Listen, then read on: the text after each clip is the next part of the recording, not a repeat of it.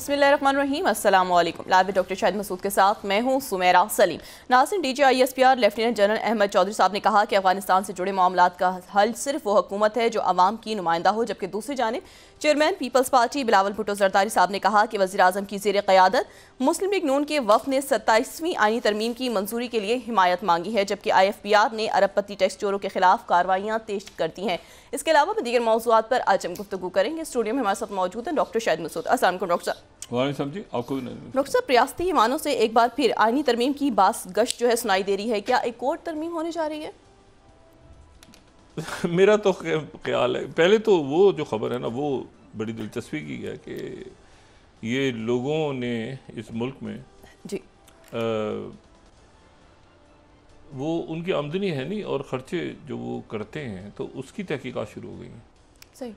और उनके वो बैग्स कौन से इस्तेमाल कर रहे हैं, घड़ियाँ, टेलीफोन्स, क्या उनके किस तरह से उनकी ज़िंदगी को कैसे गुजार रहे हैं और शो क्या कर रहे हैं। उनके पास जाएं बैठ के, वैसे तो अल्लाह ताला का रिज़्क़ है, दाल रोटी खा शुरू कर देते हैं खाना और मेज़ के नीचे जो है वो अरबों रुपये रखा होता है चोरी चकारी को। तो बात यह है कि एक तो ये काम अगर होता है शुरू, तो जो कि मेरे ख्याल से होगा, होने जा रहा है ये, क्योंकि इसके बगैर आप मुल्क की जो है ना वो अकाउंटेबिलिटी के बगैर, और ख़ास तौर पे जो करप्शन है, करप्शन के बगैर आपकी इकॉनमी, आपके अदारे, आपका कोई भी चीज़ कहीं पर भी आप आगे नहीं जा सकते जब तक आप करप्शन को ख़त्म नहीं करते, करप्टेड प्रैक्टिसेस और रूल ऑफ लॉ को नहीं लाते। पहली तो बात यह है कि अगर ये बात सही तरह से इस पर अमल दरामद होता है और मुल्क में एक माशी दहशतगर्दी को ख़त्म किया जाता है जिसमें स्मगलिंग, चोरी चकारी और लोग दोबारा जो हैं वो अपनी नॉर्मल ज़िंदगी में वापस आएँ, बजाय इसके कि वो इधर उधर हराम का पैसा खा के और उसमें एक ख़ास तबका जो elite of the elite of the elite बनता जा रहा है। तो एक तो ये अगर मामला मेरा ख्याल है कि आने वाले दिनों में इस तरफ जाना चाहिए। सही। दूसरा ये है कि जो आइन के हवाले से तरमीम में मेरा उसके ऊपर एक स्टांस रहा है हमेशा, और वो मेरा नहीं ख्याल कि उसमें मुझे कोई तब्दीली लानी चाहिए किसी भी किस्म की, और मैं नहीं समझता कि उसमें तब्दीली, मुझे तो ऐसा लगता है कि एक शायद हमें बिल्कुल एक मुख्तलिफ मुल्क चलाने के लिए सिस्टम बनाना चाहिए। और ये आप जहाँ पर भी जाएं दुनिया में, जहाँ पर भी, तो वहाँ ऐसे रूल्स चेंज होते हैं, ऐसे। अब ये डोनाल्ड ट्रंप क्या कर रहे हैं, इमिग्रेशन के रूल्स, ये रूल जो उनकी नज़र में मुल्क के लिए अच्छा है। अब वो अगर उनके लोग कह रहे हैं अमेरिका के, उनको वोट देते हैं और उनकी बात सुनते हैं और वो, तो उनको उसके बाद वो कवानीन, अब आप वो कह रहे हैं कि वीज़े ऐसे होने चाहिए, ऐसे नहीं होने, आप बाहर बैठ के जो मर्जी कहें, उनका नारा है मेक अमेरिका ग्रेट अगेन। अपने मुल्क को ठीक करना है, चाइना ने अपने मुल्क को ठीक करना है, मुल्कों ने अपने आप को खुद ठीक करना है। ये जो, मैं इस बहस में नहीं जाना चाहता कि जब ये 18वीं तरमीम बनी थी तो ये अचानक बन गई थी, नहीं, इसमें बाहर का इनपुट भी था। मैं अभी उस तनाज़े में जाना ही नहीं चाहता, बाहर का इनपुट भी था। सही। और मैं इस बात पे मैंने कहा ना, मैं नहीं जाना चाहता ये, क्योंकि सारे मुसव्वदे और ये चीज़ें और इनपुट और बाहर की रियासतों में जब मामला तय पा रहे थे 2007 और 6 में और 7 में, और ये सारे मामला, तो इसमें ये ऐसे ही नहीं, कौन से लोगों ने हमारे इंतहाई, मेरे तो इंतहाई काबिल एहतराम रज़ा रब्बानी साहब, लेकिन सारी रज़ा रब्बानी साहब ने बनाया था सारा, हो सकता है उनको अंदाज़ा हो कि उन्होंने बनाया सारा, लेकिन कहीं बहुत सारे लोग बैठे होंगे ना, बहुत सारे माहिरीन आइन और कानून बैठे, ऐसा तो नहीं हुआ ना। ये जब तरमीम अंदर हो रही थी तो कोई डिस्कस हुआ तो पब्लिक में, ऐसा तो नहीं हुआ, अनाउंसमेंट हो गई थी बस। इसको इस तरह से ये तरमीम तैयार हुई थी जैसे कोई एक, बिल्कुल आप समझें कि एक होता है ना कि पता ना, किसी को कानो कान खबर ना हो, पता ही ना चले कि हुआ क्या है, इतने इसमें जो है ना वो चीज़ें थी। और उस वक्त जाहिर है कि रियासत बहुत ज़्यादा मुख्तलिफ वजूहात की बुनियाद पे शदीद दबाव में थी, और उसकी बड़ा दबाव जो था वो पड़ोस में जो जंग थी उसकी वजह से, जहाँ पे पाकिस्तान पे था, बहुत दबाव था। मतलब वो दिन देखे हुए हैं, सब बहुत से लोगों ने देखे हुए हैं, लेकिन ये कि शायद जैन जी को शायद नहीं पता, लेकिन इतना शदीद दबाव आता था कि मतलब है कि बड़े इश्यूज थे। मुशर्रफ साहब ने, आप उनके बहुत से मामला से इख्तलाफ करें, इत्तेफाक करें, जैसा भी कहें, वो उस प्रेशर को जहाँ तक ले सकते थे लेते थे, और उसके बाद एक मरहला आता था जहाँ पर बड़ी अजीब सी पोजीशन हो जाती थी। उसके बाद कियानी साहब जब आए तो कियानी साहब ने भी हत्तल इम्कान कोशिश की प्रेशर्स को लेने की। ये नहीं कि सिविलियन की आदत उन्होंने नहीं ली, ऐसा नहीं, मैं बिल्कुल भी नहीं कह रहा, लेकिन तरजीहात मुख्तलिफ थी ना। शौकत रज़ी साहब की तरजीहात मुख्तलिफ थी। तरजीहात होती है ना कि आपकी क्या तरजीह है, तरजीहात मुख्तलिफ थी। तो मुझे तो याद है जब मैं उस वक्त वहीं पे मौजूद था जब कियानी साहब ने जो है वो प्रेसिडेंट ओबामा को पेपर अलग से दिया था कि ये हमारी ये जो जा रहा है सारा नुक्ता नज़र, ये कियानी साहब ने कहा था कि ये कियानी डॉक्टरेट, मतलब उनका नुक्ता नज़र जो था वो, मैंने आपसे कहा ना कि ऐसे इश्यूज थे हमारे यहाँ बड़े ईवानों की तकारीब नहीं होती थी जब तक कि अशरफ गनी नहीं आ जाते थे, ये अपना क्या नाम है, हामिद करज़ई। मतलब इतना एक अजीब सा प्रेशर था पाकिस्तान पे, और वो आहिस्ता आहिस्ता आहिस्ता आहिस्ता ख़त्म होते होते होते होते अब एक ऐसी जगह पाकिस्तान आके खड़ा है अल्हम्दुलिल्लाह। इवेंट्स गुजर जाते हैं ना जी। तो मैंने खुद अपने इन गुनाहगार कानों से सुना है कि फ़ौजों का इनखला होगा तो पाकिस्तान को कम्बोडिया बनाएंगे। ये बाकायदा, और बड़े इसमें ये नहीं कि सिर्फ बाहर के लोगों में, मतलब हमारे माशाल्लाह अंदर भी जो बदमाशी बैठी है उसने भी बहुत अपना किरदार अदा किया इतने सालों।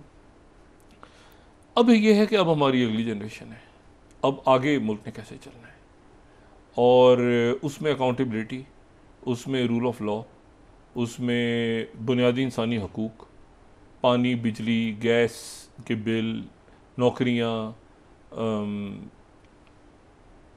मतलब ये सारे इश्यूज जो हैं ये प्रायोरिटी रखते हैं, बुनियादी issues, foreign policy, economy, security, ये सारे इश्यूज जो हैं, इकॉनमी सबसे बढ़ के, इकॉनमी इन्वेस्टमेंट आ ही नहीं सकती जब तक आप अकाउंटेबिलिटी का कोई सिस्टम नहीं करते, रूल ऑफ लॉ नहीं लाते।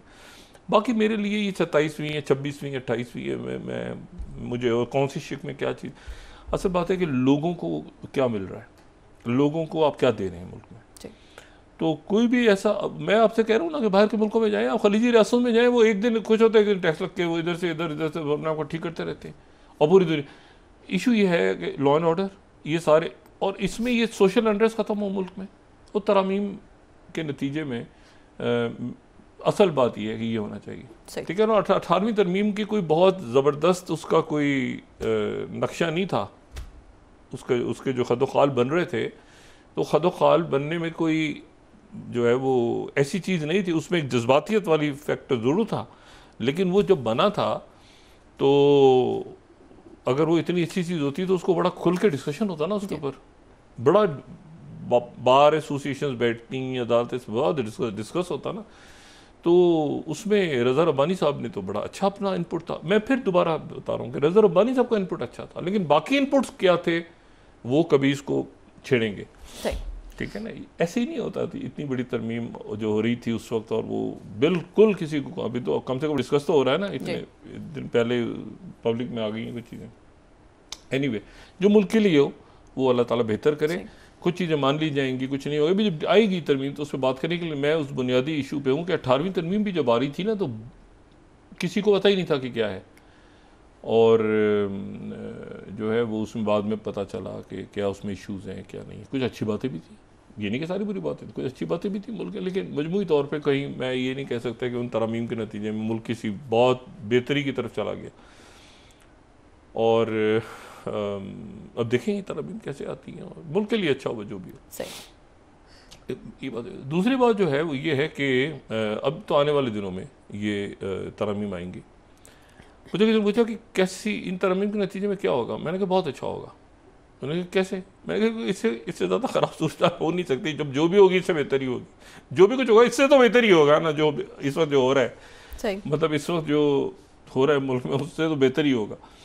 तो मतलब एक लोग परेशान हाल हैं और इन्वेस्टमेंट्स को आपने लाना है बाहर से और कैसे किससे क्या मतलब, तो बड़ा मेरे ख्याल से ऐसे इसमें तरमीम में कोई ऐसी बातें होनी चाहिए जो आवाम के लिए, मतलब ये नहीं होना चाहिए कि जी इतने अरब रुपए की करप्शन ही होती, इतने करोड़ की करप्शन भाई खुदा का, मतलब ऐसी बातें इसमें नहीं हो। बस इसमें आवाम के लिए, रूल ऑफ लॉ के लिए, इंसानी हकूक़ के लिए, इन्वेस्टमेंट्स के लिए, सिक्योरिटी के लिए और लोगों की बुनियादी ज़रूरियात और अकाउंटेबिलिटी और इन्वेस्टमेंट भी, और आगे आपने नए कौन से रास्ते हैं जो दुनिया में खुल रहे हैं उस तरफ आपने जाना है अपनी नई नस्ल को लेकर।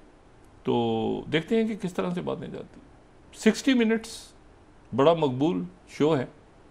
60 मिनट CBS न्यूज़ नेटवर्क जो है उस पर चलता है 60 मिनट्स, और ये जो CBS न्यूज़ नेटवर्क है अमेरिका का, ये न्यूयॉर्क में जो 3 बड़े न्यूज़ नेटवर्क्स हैं उनमें से एक CBS है, एक ABC, NBC और ये CBS न्यूज़। इसके हेडक्वार्टर न्यूयॉर्क में है।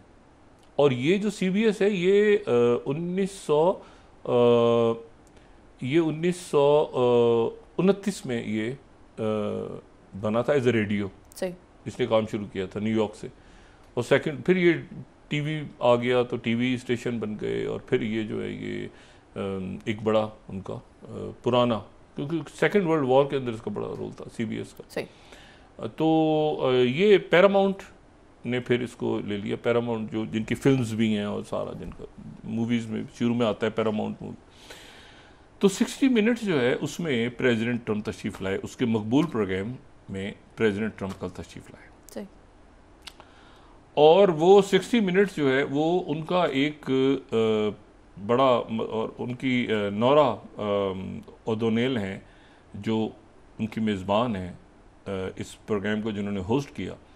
वो जो हैं वो 1990 की दिहाई से वो मीडिया में हैं।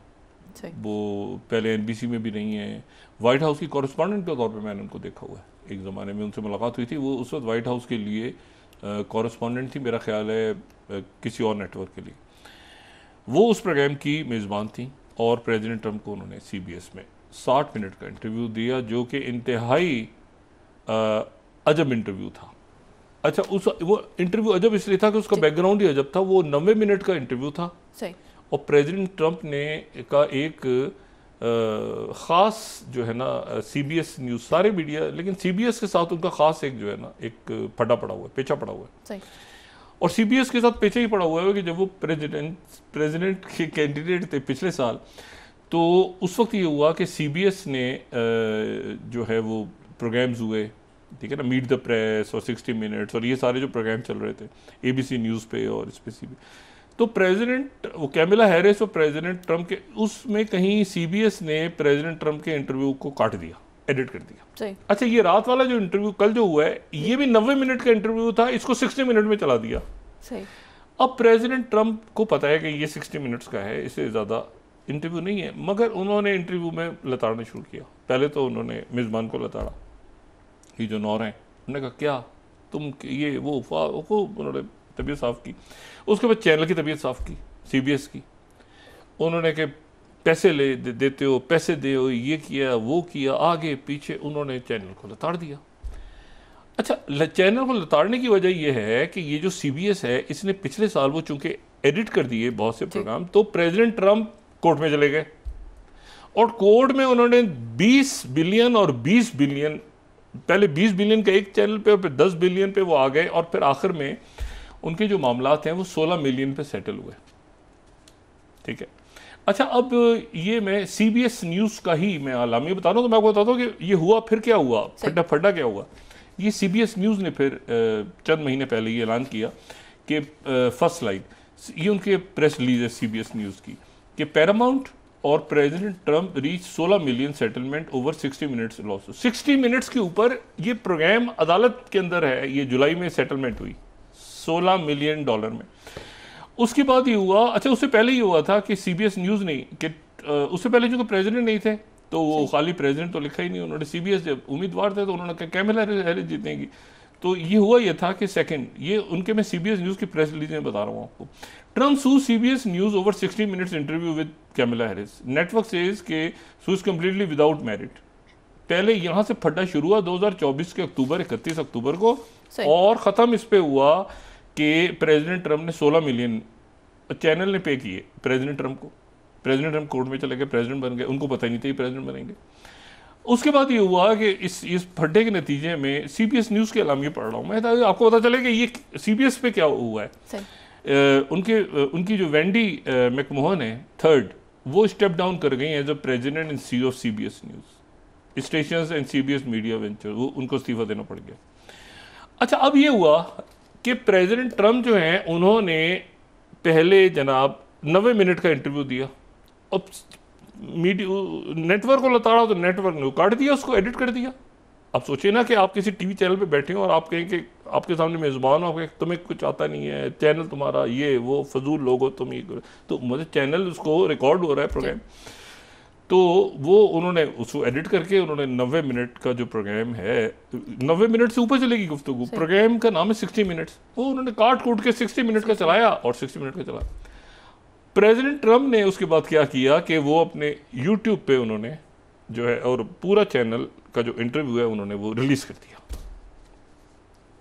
कि ये जो है ये इंटरव्यू जो है ये इतनी देर का जो ये इंटरव्यू था और इसको इन्होंने 60 मिनट में चलाया है और वगैरह वगैरह वगैरह। उसके बाद जनाब क्या हुआ कि सीबीएस को फिर कंप्लीट उसका जो ट्रांसक्रिप्ट था उन्होंने वो जारी किया कि ट्रांसक्रिप्ट फिर जारी किया उन्होंने कि इससे पहले कि सू ना हो जाए तो ये पूरा ट्रांसक्रिप्ट जारी किया उन्होंने, फुल ट्रांसक्रिप्ट ऑफ नोरा और Donald interview with president Trump.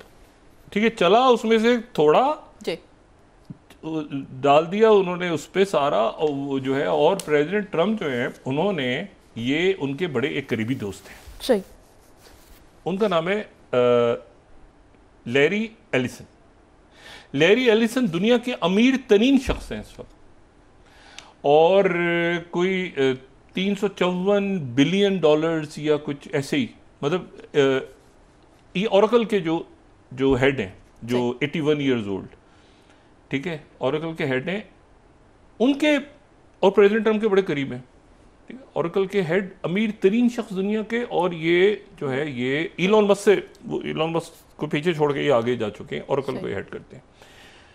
उन्होंने कुछ अर्सा पहले सीबीएस प्रेसिडेंट ट्रम्प ने पूरा चैनल ही अब उनको ले दिया। आपने देखा नहीं, मूवीज आती हैं तो उससे पहले वो एक आता है स्काई डांस वाली, तो स्काई डांस और इनका पार्टनरशिप करवा के सीबीएस इन्होंने ले लिया। अपने इनके जो दोस्त हैं एलिसा, उनका बेटा है डेविड, वो भी आ गया मीडिया में। तो पूरा चैनल जो है, ये जो पूरा चैनल जो है उन्होंने ले लिया, और साथ ही जो है वो जो टिकटॉक अमेरिका की डील हो रही है वो भी ये लैरी एलिसन का बेटा ही कर रहा है, उसके पास ही जा रहा है सारा। नए मीडिया मुगल फैमिलीज खड़ी हो रही हैं, उसमें एक जो है वो ये है जो सीबीएस। अब प्रेसिडेंट ट्रम्प ने कहा कि ये तो मेरा चैनल है, मेरे दोस्त का चैनल है, और उसने थोड़े से सख्त सवाल किए। उसके बाद प्रेसिडेंट ट्रम्प ने आगे जवाब देने चाहिए, वो ठुस हो गई। अब चैनल की मैनेजमेंट ने कहा कि भाई मालिक से तो नहीं पूछा, उन्होंने काट दिया। प्रेसिडेंट ने फ़ोन किया होगा कि क्या भाई चैनल तुम्हें लेके दिया है और दोस्तों तुम ये, और प्रेसिडेंट ट्रम्प खुशी महसूस कर रहे थे कि उसी सीबीएस पे बैठ के सीबीएस को सुनाएं, क्योंकि सीबीएस उनके दोस्त का हो जाएगा, उनको नहीं पता ये सेंसर हो जाएगा। उसके बाद जनाब वो पूरा उन्होंने फिर स्क्रिप्ट जारी किया, फिर जनाब वजाहतें हो रही हैं, फिर ये हो रहा है। फिर प्रेसिडेंट ट्रम्प ने कहा ठीक है बस ये ऐसे दोस्त है तो खैर आइंदा नहीं होगा इस तरह। Bloomberg 10th, Ellison tops Musk as world's richest man after 101 billion gain.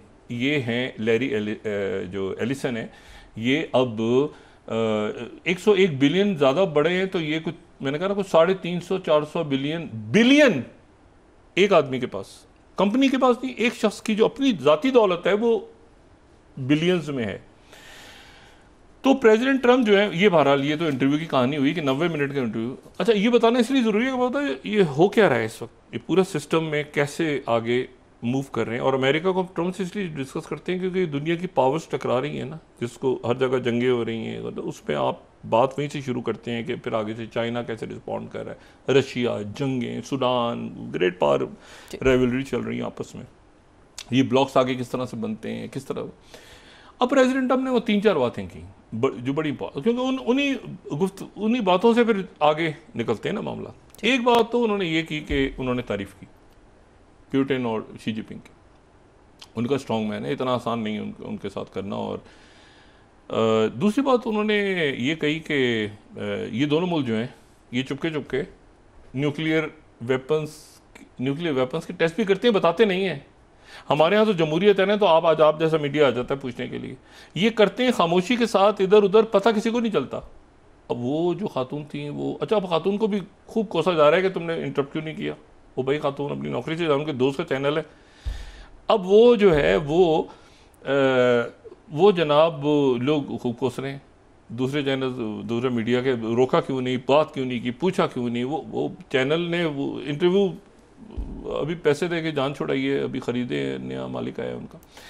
अब जनाब क्या हुआ कि वो प्रेसिडेंट कहते हैं कि ये रशिया और चाइना जो है ये चुपके न्यूक्लियर टेस्ट करते हैं कि पाकिस्तान का भी जिक्र आ गया उनका। अच्छा, पाकिस्तान कहीं उनके जहन में है, क्या है ये, वो पाकिस्तान को इस वक्त बड़ा एक मजबूत पावरफुल मुल्क तस्वुर करते हैं, ठीक है। सफारती महाज पे वो देख रहे हैं, आगे पीछे दाएं बाएं, और बहुत तस्करी महाज है, तो पाकिस्तान को वो कंसिडर करते हैं। लेकिन ये है कि वो इस वक्त दुनिया के पुलिसमैन है, और आपको पता है पुलिस वालों की दोस्ती भी अच्छी, और दोस्ती ना हो तो भी कोई मुज़ायका नहीं है। तो ये है कि वो जो है वो पाकिस्तान बाहर उनके जहन में है, और वो फिर वो 7 जहाज़ और ये और वो सारा डिप्लोमेटिकली पाकिस्तान वैसे भी अल्लाह का शुक्र है बहुत ठीक जा रहा है, मिलिट्री डिप्लोमेसी। तो एक तो उन्होंने कहा कि ये जो है ये खामोशी, चाइना का रिएक्शन बड़ा सा होता है, और रशिया ने ज़्यादा बात नहीं की। उसकी वजह ये कि उन्होंने साथ ही ये भी कह दिया कि मैं टॉमहॉक्स नहीं देने जा रहा, दोबारा बताया कि टॉमहॉक्स देने। तीसरी बात उन्होंने कहा कि ताइवान का तो डिस्कशन ही नहीं हुआ शी जिनपिंग से मुलाकात में, ये भी वजाहत तो उन्होंने कर दी। लेकिन ये है कि अगर ताइवान पर अटैक हुआ, एक तो ये कि मुझे बताया गया है कि चाइना ने कहा मुझसे शी जिनपिंग ने कि मैं जब तक प्रेसिडेंट हूँ ताइवान पे वो अटैक नहीं करेंगे। इसे चाइना जवाब नहीं देता हर बात का, चाइना खामोशी से। और उन्होंने कहा कि लॉन्ग गेम, इंटरव्यू सुने बड़ा मजा है, वो कहते हैं चाइना आपको पता है लॉन्ग गेम करता है। प्रेसिडेंट को कहते हैं हम भी लॉन्ग गेम करते हैं, हम भी लंबा। उन्होंने कहा 100 साल का सोचते हैं चाइनीज़। ये इंटरव्यू में बड़ा अच्छा सवाल किया नोरा ने, तो उन्होंने कहा कि हाँ हम भी बड़ा लंबा सोचते हैं। और लेकिन वो नोरा को वो एम्बेरस करते रहे इसमें इंटरव्यू के दौरान जो है, ये ज़रा खटर फटर चलती थी। चैनल को सेंसर कर दिया उनके एडिटोरियल, वो बाहर आ ले, वो नया गले पड़ गए मामला। दूसरी जो बात इसमें हुई वो उन्होंने ये कहा कि वेनेजुएला पे मैं अटैक नहीं करने जा रहा। अच्छा, वो हर बात में ना असल में कहते थे कि तुम क्या चाहते हो, अटैक करूँ? मैंने कहा जी वेनेजुएला पे आपकी पॉलिसी है, नहीं आप हमला कर दूँ, जंग कर दूँ, आप बताओ क्या करना चाहिए। इस तरह करके वो प्रेसिडेंट ट्रम्प ने काफ़ी ज़्यादा उनका इंटरव्यू जो अनसेंसर्ड है, तो आपको अंदाज़ा होगा कि वो जो है वो कैसा। उन्होंने कहा लेकिन निकोलस मेडोरो के डेज आर नंबर्ड, अटैक मैं करूंगा नहीं करूंगा, सीक्रेट प्लान्स होते हैं बहुत सारे। वो एयरफोर्स 1 में भी उन्होंने बहुत कहा कि सीक्रेट प्लान्स होते हैं बहुत सारी, जो बड़े मुल्क होते हैं वो सीक्रेट प्लान्स बनाते हैं। दुनिया की मैं हर बात में बताऊं, लेकिन ये है कि उसके डेज आर नंबर्ड, निकोलस मेडोरो के डेज आर नंबर्ड।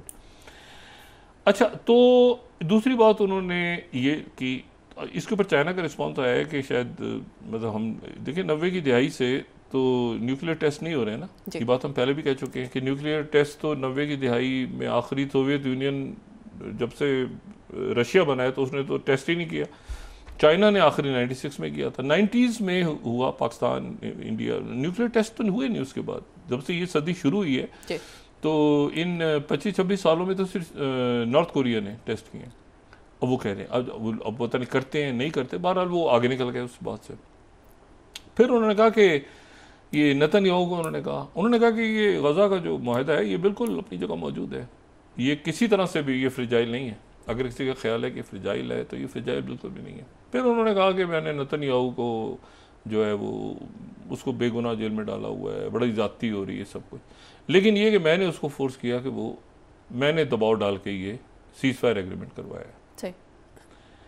दूसरी बात ये हो गई गज़ा के हवाले से। मैं एक बात बिल्कुल क्लियर कर दूँ, आज तुर्किया में जो है वो तुर्क सदर रजब तैयब उर्दोगन ने एक तो वहाँ दो इजलास हुए हैं आज इम्पोर्टेंट। एक तो OIC की standing committee for economic and commercial cooperation for Organisation of Islamic Cooperation है, कॉमसेक।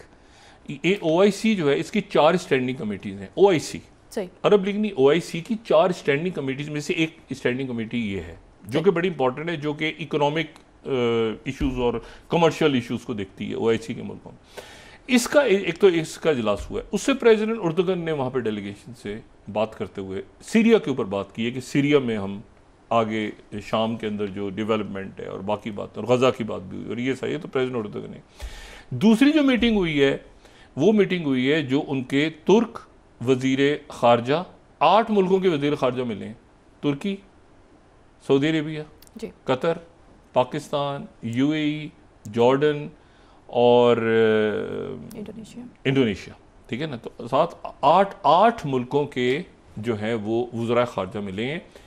और सबसे इम्पोर्टेंट बात जो है, सबसे इम्पोर्टेंट बात वो ये है कि अगर वो होता है ना कि आप एक किसी एक न्यूज़ को आप कहते हैं कि अच्छा जी न्यूज़ ऑफ द डे के तौर पे, तो वो न्यूज़ ऑफ द डे जो है वो वॉशिंगटन पोस्ट की 20th है। इन सबसे इम्पोर्टेंट रोल जो है सारे मुल्कों का इम्पोर्टेंट रोल प्ले होने जा रहा है गज़ा और इसराइल, ये फ़लस्तीन के अंदर, गज़ा और वेस्ट बैंक में। और मैं 20th कोट कर रहा हूँ वॉशिंगटन पोस्ट को यहाँ पे वो डिटेल्स के साथ। मैं वो बात जो काफ़ी दिनों से मैं कह रहा हूँ, मैं दोबारा उसको दोहरा रहा हूँ कि तुर्की का बड़ा इंपॉर्टेंट रोल है इसमें। ये वॉशिंगटन पोस्ट की 20th स्टोरी अगर हम दिखा सकें कि Trump sees central role for Turkey, Turkey का सेंट्रल रोल है। तुर्की, पाकिस्तान, इंडोनेशिया, इजिप्ट, बाकी मुल्क सब होंगे, सारे जिनकी फ़ौजें बड़ी हैं वो बड़े फौज के उसमें जाएंगे, जिनकी अलामती फ़ौजें वो अलामती सारे होंगे, कोई पुलिसिंग में होगा, कोई इन्वेस्टमेंट कर रहा होगा, सारा पूरा प्लान। तुर्की का बड़ा इंपॉर्टेंट रोल है। और सऊदी अरेबिया, तुर्किया, अच्छा अब कतर, ये सारे मुल्क एक पेज पे हैं। आप छोड़ देंगे सूडान में क्या हो रहा है, उस पर बाद में बात करेंगे। सूडान में और कई जगहों पे हर मुल्क की फॉरेन पॉलिसी वैसे तो नहीं होती ना जैसे दूसरे मुल्क की है, तो हर मुल्क की अपनी इंडिपेंडेंट पॉलिसी भी तो है ना। मतलब हम ये कहेंगे एक हमारा बरादर मुल्क है तो उस बरादर मुल्क की सारी ही पॉलिसीज हमारे साथ होनी चाहिए क्योंकि वो हमारा दोस्त है, ऐसा नहीं होता। उसकी कुछ पॉलिसीज अलग हैं, कुछ पॉलिसीज जो हैं वो ऐसी हैं जो स्ट्रेटेजिक लेवल पे हम उनके साथ हैं, ठीक है ना। वो हमारे साथ हैं, हम उनके साथ हैं, लेकिन हर चीज़ मुल्कों की अपनी पॉलिसीज होती हैं ना। पाकिस्तान की कई मामलों पे अपनी पॉलिसीज हैं, कई मुल्कों पे ऐसी हैं कि हम कहते हैं कि अच्छा जी ये पॉलिसी उस मुल्क के साथ हमारी ज़्यादा क्लोज अलाइनमेंट्स हो जाती है। तो बदकिस्मती तो जो सूडान में हो रहा है, ठीक है ना, सूडान में वही एक तरफ हमीती, वो 2023 से जो चल रहा है मामला, ये उमर बशर आखिरी जो इब्राहिम अकॉर्ड होते होते रह गया था सूडान के साथ, उसको हमने इस प्रोग्राम में काफ़ी डिटेल में डिस्कस हुआ है कि इब्राहिम अकॉर्ड जो आखिर में होते होते उमर बशर, ये वो सूडान है, उमर बशर वो हैं जिनको हटा के ये जो RSF जो RSF उनकी जो फोर्स है, रैपिड सिक्योरिटी फोर्स, वो और साथ उसके जो उनकी फ़ौज है जनरल बुरहान, ये वो उमर बशर हैं जिनके पास उसामा बिन लादेन जब सूडान पे अटैक, सूडान पे उसामा बिन लादेन जब अफगानिस्तान आए थे तो सूडान से आए थे, वो पहले सूडान में थे, ठीक है ना। उसके बाद वो बॉम्बिंग्स वहाँ पे और लिबिया और इधर उधर आगे पीछे, तो वो सूडान में थे। तो सूडान में वो ये उमर बशर के गेस्ट के तौर पे सूडान में रहे। और अभी भी आप जाएं तो वो जगह आपको एक नज़र आती है, खुर्तुम से बाहर आप जाएं थोड़ा सा तो वो आपको एक मकान अभी भी है वो मौजूद, वहाँ पे वो बयान होता है कि जी यहाँ पे उसामा बिन लादेन रहते थे और वो वहाँ पे उन्होंने उसको एक तरह से सेव करके रखा हुआ है। तो वो जो है वो वहाँ से सूडान से उसामा बिन लादेन की आमद हुई थी यहाँ पे। उमर बशर ही उस वक्त प्रेसिडेंट थे, ये कुछ 30 साल से ज़्यादा अरसे ये जो है ये प्रेसिडेंट रहे हैं वहाँ पे। इनको गिरा के हुकूमत आ गई, सॉरी फौजी जनता आ गई, जो जनरल आपस में लड़ पड़े वो बात है। और वो बढ़ते बढ़ते वो दारफुर तक चला गया मामला, 36,000 लोग उसमें जो है वो अपनी जानों से चले गए हैं। और मैं सिर्फ आपको बता के तो फिर इसमें वापस आते हैं कि ये गज़ा के हवाले से बड़ी इंपॉर्टेंट बात है कि तुर्की का रोल है इसमें, ये ज़हन में रखें। और इसमें ये डिसाइड वो ये फिर एक उन्होंने किया गजा पे, उसमें 2-3 फ़लस्तीनी शहीद हुए, लेकिन अब इसमें ये है कि वो तो बिल्कुल तय है कि तुर्की का रोल है, और ये प्रेसिडेंट ट्रंप ने बिल्कुल क्लैरिटी के साथ कह दिया। उन्होंने टॉमहॉक से अपनी पॉलिसी बरकरार रखी कि मैं नहीं देने जा रहा जी। आगे क्या होता है, नाइजीरिया साइड पे कर दें, वो बात रात गई उन्होंने कहा मैं उधर भी अटैक नहीं करने जा रहा, लेकिन उसके डेज आर नंबर्ड, हुकूमत खुद ब खुद गिर जाएगी। कैसे गिर जाएगी उन्होंने कहा मैं बता नहीं सकता। क्यों? उसकी वजह यह है कि वो कैरिबियन के ऊपर, मैंने कल भी बात की थी कि कैरिबियन के ऊपर निकोलस मेडोरो, उसको प्रेसिडेंट पुतिन ने बुडापेस्ट की समिट कैंसिल करने की वजह कैरिबियन को बताया, क्योंकि और निकोलस मेडोरो जो ने ख़त लिखा है चाइना को और कि हमारी मदद करो। अब वो चाइना से मदद की दरख्वास्त कर रहे हैं और उनकी हुकूमत अमेरिका गिराता है। इससे प्रेसिडेंट ट्रंप नहीं चाह रहे, बिल्कुल भी नहीं चाह रहे कि जो मुल्क जो है वो उसका सरबराह ख़त लिख के कह रहा है, और उसके पीछे लैटिन अमेरिका के मुल्क खड़े हो गए हैं सारे, तो प्रेसिडेंट ट्रंप इस वक्त उसको होल्ड करेंगे। वो कश्तियों पर टैक्स भरे, क्योंकि प्रेसिडेंट ट्रंप का भी नुक्ता नज़र ये है ना कि उन्होंने अपनी जेलें खाली करवा दी हैं। वो जेलें खाली करवा के वो क्रिमिनल्स कन्विक्ट सारे उनकी जेल से रिहा होकर अमेरिका आ रहे हैं। और ये है, इसमें अगर कोई कहे कि ऐसा नहीं होता, ये लोग कश्तियों में बैठ के और इधर उधर ये जो इलीगल इमिग्रेंट्स हैं, ये होता है, ठीक है ना। मैं अगर कोई कहे कि ऐसा नहीं होता और ये प्रेसिडेंट ये, लेकिन ये है कि बहरहाल उसके नतीजे में वो बहुत, ये तो ड्रग कार्टल्स वगैरह तो चलती नहीं है ना यहाँ पे कोलंबिया वगैरह, तो वो अब, लेकिन उसका मतलब ये भी हरगिज़ नहीं है कि वो अटैक करके और एक नई जंग छेड़ दें। लेकिन ये कि वो अब कैसे आगे मूव करेंगे, वो एक जगह तो चला गया ना, वो डिपार्टमेंट ऑफ वॉर के 35 हिस्से थे, रोज खड़े होते हैं, फिर वो बैठ जाते हैं, फिर वो खड़े होते हैं जंग छेड़ने वाली, फिर बैठ जाते हैं, ठीक है ना। मतलब कुछ होने वाला है, अब वेपन्स टेस्ट करो, अच्छा जी हम तैयार हैं, फिर वो पता चलता है मामला ठंडा हो गया, इतनी विद कहीं से निकल गया, उन्होंने कहा कुछ होने वाला, बस हो जाएगा, वो तो फिर ठंडे हो जाते हैं। तो मकसद है कि वो प्रेसिडेंट ट्रंप जो है वो एक तरह से खूब डराते हैं। वो इस वक्त एक होता है ना, वो बच्चों को बहू से बहू आ जाएगा, ये करो ना बहू आ जाएगा, तो प्रेसिडेंट ट्रंप वो बहू वाला काम करके ना कि पूरी लोग तलपट हो जाते हैं आगे पीछे, और फिर उसके बाद वो कहते हैं कुछ भी नहीं, कौन क्या मैंने कब कहा था। तो वो जो है उसके नतीजे में आप देखें ज़ेलेंस्की के साथ क्या हो, बाकी लोगों के साथ क्या। ब्रेक के बाद और डिस्कस करते हैं जी। नाज़रीन वापस आते हैं एक छोटे से ब्रेक के बाद। वो टेरेबल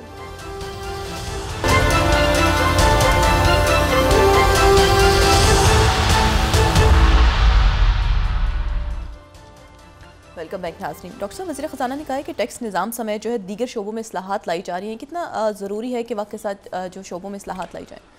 ये सेटअप अब आगे, ये तरमीम और बाकी सारा मुल्क आगे बढ़े, ये एक कहते हैं ना मकड़ी के जाल में फंसा हुआ है। और मैं उसकी वजह ये बता रहा हूँ सिर्फ कि एक तो वो पूरा का पूरा जो सिलसिला था, जो अफ़गान वॉर्स के नतीजे में 79 से आप स्टार्ट करें, और किसी न किसी तरह वहाँ पे मसाइल खड़े रहे हैं, और उसकी वजह से पाकिस्तान जो है वो पाकिस्तान ने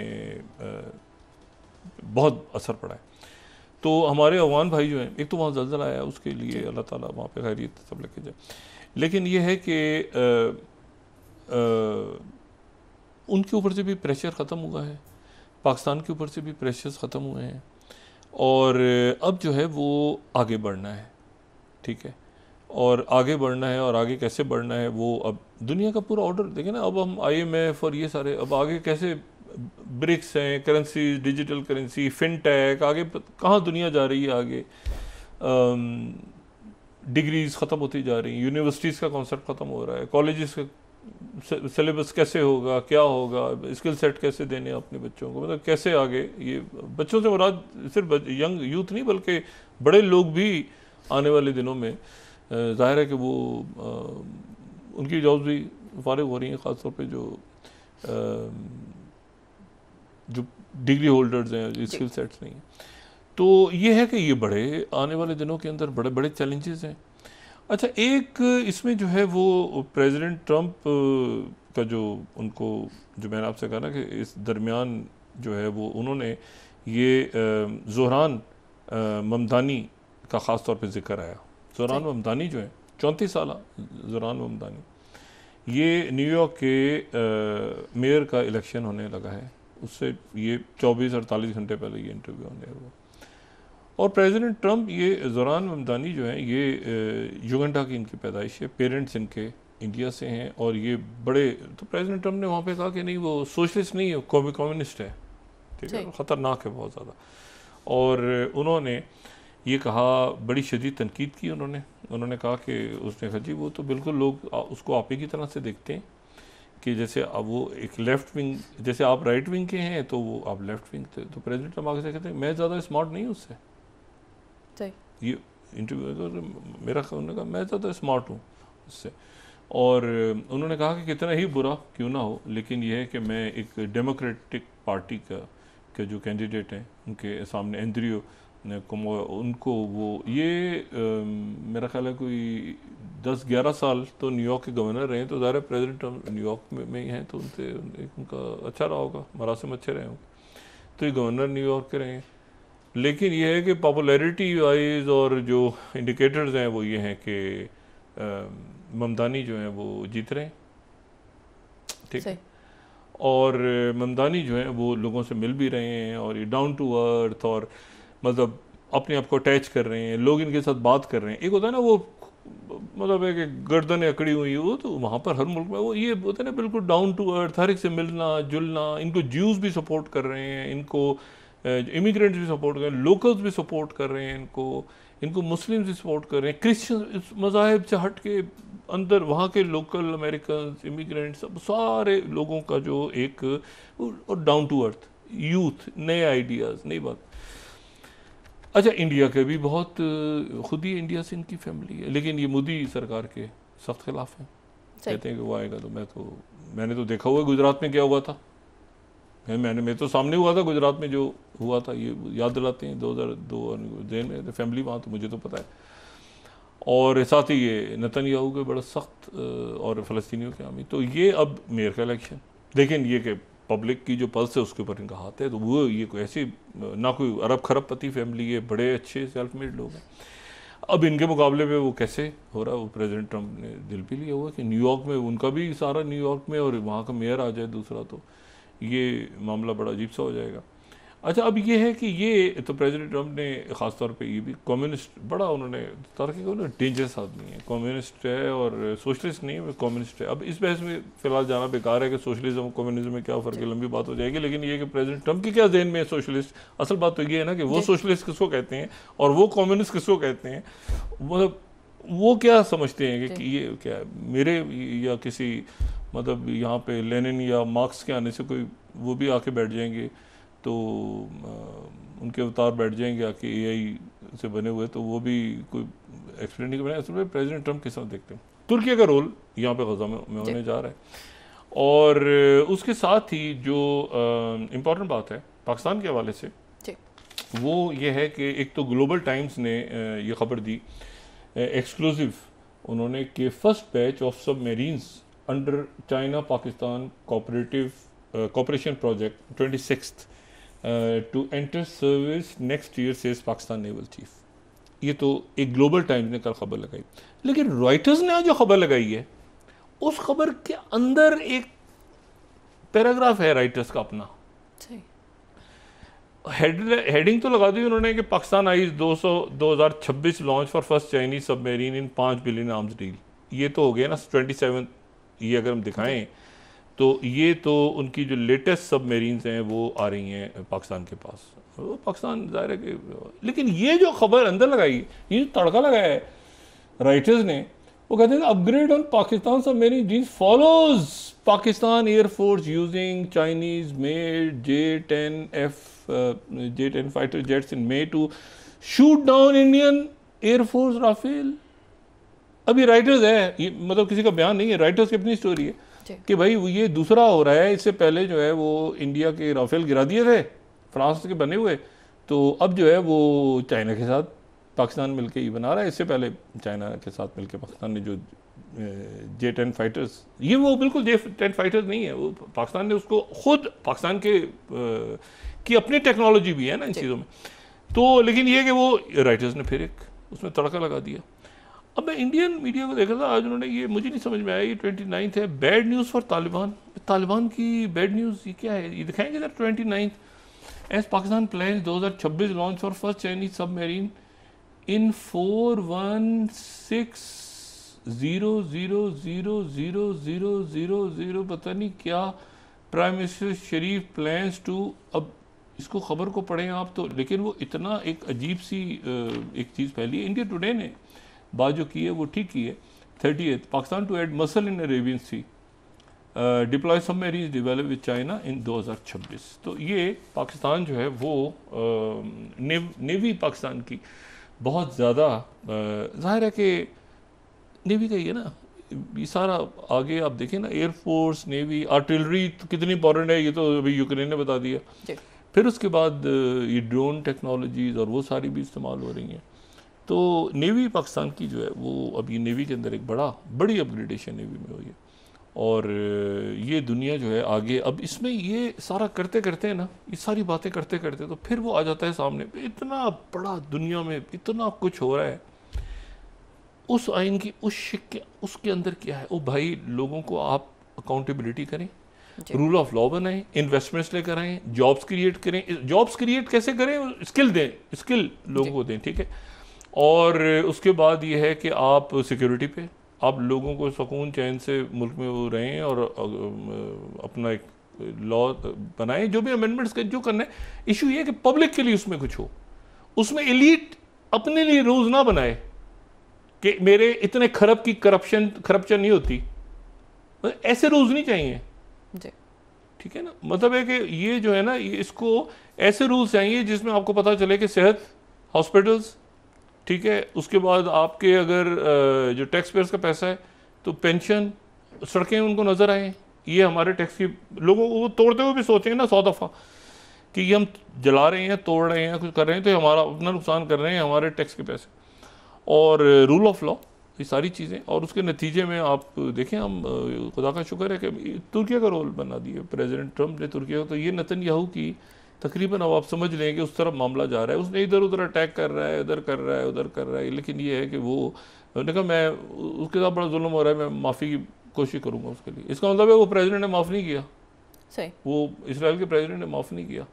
और आने वाले दिनों में, लेकिन यह है कि तुर्की का रोल भी है, पाकिस्तान का रोल भी है, और इसमें इंडोनेशिया, सऊदी अरेबिया, यूएई, इन सारे मुल्कों का रोल है। हमारी दुआ है कि ये सारी जंगें ख़त्म हो, प्रेसिडेंट ट्रंप ये जंग ख़त्म करें यूक्रेन वाली, और वो जाहिरियत ख़त्म करें, वो जाहिरियत। ये जो मामला है ना सूडान वाला, इस मामले को भी ख़त्म होना चाहिए, लेकिन ये भी ख़त्म हो जाएगा, ये भी ज़्यादा अरसे नहीं चलेगा। सूडान में स्टेबिलिटी आना ज़रूरी है कि बाहर की पावर्स इसमें इन्वॉल्व, चूँकि रीजनल पावर्स हैं इन्वॉल्व, तो इसलिए उसकी वजह से ये खिंच रहा है मामला। लेकिन ये है कि इसका असर जो कि दारफूर तक जा रहा है, अब ये फैल रहा है, आगे दारफूर तक जा रहा है, और आगे ये एथोपिया को और बाकी जगहों को ये डिस्टेबलाइज करेगा। इजिप्ट पे इसका असर पड़ रहा है, तो देखते हैं कि ये मामला आगे कहाँ जाकर रुकता है। ये कत्लेआम बंद होना चाहिए। और मैंने आपसे कहा ना कि ये खाना जंगी इतनी बढ़ गई थी साउथ में एक ज़माने में कि साउथ सूडान अलग ही मुल्क ही अलग बन गया था, यानी वो दारफूर क्राइसिस के बाद फिर साउथ सूडान अलग हो गया 2011। तो ये जो है, ये देखते हैं कि ये मुल्क इंशाअल्लाह सूडान में से अच्छी खबर है कोई। और बाकी ये है कि गज़ा में जाहिरियत ख़त्म हो, अमन, वो कहते हैं कि पीस एग्रीमेंट इंटैक्ट अपनी जगह आगे बढ़ रहा है। तुर्की ने भी कहा है, आज सारे मुल्क जो तुर्की में जमा था उन्होंने भी कहा कि अपनी जगह इंटैक्ट है, यूरोप भी कह रहा है इंटैक्ट है अपनी जगह। ये जाहिरियत जो दरमियान में की है, इसका सीरियस नोटिस लिया है सब ने, और ये अच्छा कि सब ने जवाब नहीं दिया, किसी ने जवाब नहीं दिया, वरना वो एग्रीमेंट में सब चल रहे हैं उसको, अल्टीमेटली उसका वो 19 है ना, पैलेस्टीनियन स्टेट और वो सारा मामला। इब्राहिम अकड़ तब साइड पे चला गया, तो Saudi Arabia, Saudi crown Prince उसको डिस्कस नहीं करने जा रहे हैं। जी बहुत शुक्रिया डॉक्टर साहब। नाज़रीन, इसके साथ ही आज का प्रोग्राम अपने इख्तिताम को पहुंचा। मुझे सुमेरा सलीम को इजाज़त दीजिए। अल्लाह ने के बाद जी डॉक्टर साहब, अपने दोस्तों, रिश्तेदारों, गिरदोनवाह के लोगों का सब ख्याल रखिएगा।